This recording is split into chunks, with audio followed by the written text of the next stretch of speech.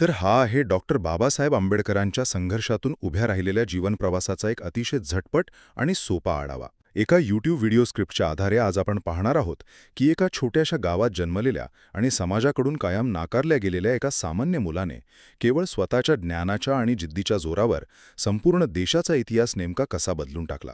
पहिले आपण त्यांच्या सुरुवातीच्या संघर्षाकडे आणि जागतिक दर्जाच्या शिक्षणाकडे पाहूया. 14 एप्रिल 1891 रोजी मध्य प्रदेशातील महू येथे जन्मलेल्या बाबासाहेबांना तुम्हाला कदाचित खोटे वाटेल, पण साधे पाणी पिण्याचा किंवा वर्गात इतर मुलांसोबत बसण्याचा हक्कही नव्हता. पण तुम्हीच विचार करा, ज्या मुलाला समाजाने शिक्षणाचा साधा अधिकार नाकारला, त्यानेच पुढे जाऊन थेट अमेरिकेतील कोलंबिया विद्यापीठ आणि इंग्लंडमधील लंडन स्कूल ऑफ इकॉनॉमिक्समधून उच्च शिक्षण कसं काय घेतलं असेल. त्यांनी खऱ्या अर्थाने ज्ञानालाच आपलं सर्वात मोठं शस्त्र बनवलं.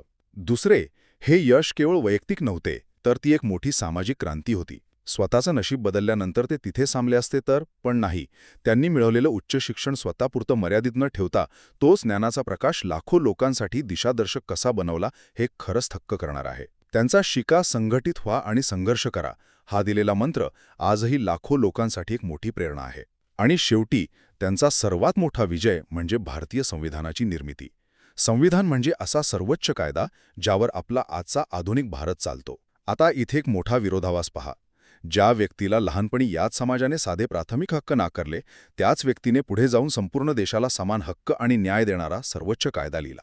हा केवढा मोठा ऐतिहासिक विजय आहे, नाही का? थोडक्यात सांगायचं तर, परिस्थिती काहीही असो, समाजाने नाकारलेला एक मुलगा जेव्हा स्वतःच्या जिद्दीवर उभा राहतो, तेव्हा तो संपूर्ण देशाचा भक्कम आधार कसा बनू शकतो, हाच बाबासाहेबांचा खरा आणि प्रेरणादायी संदेश आहे.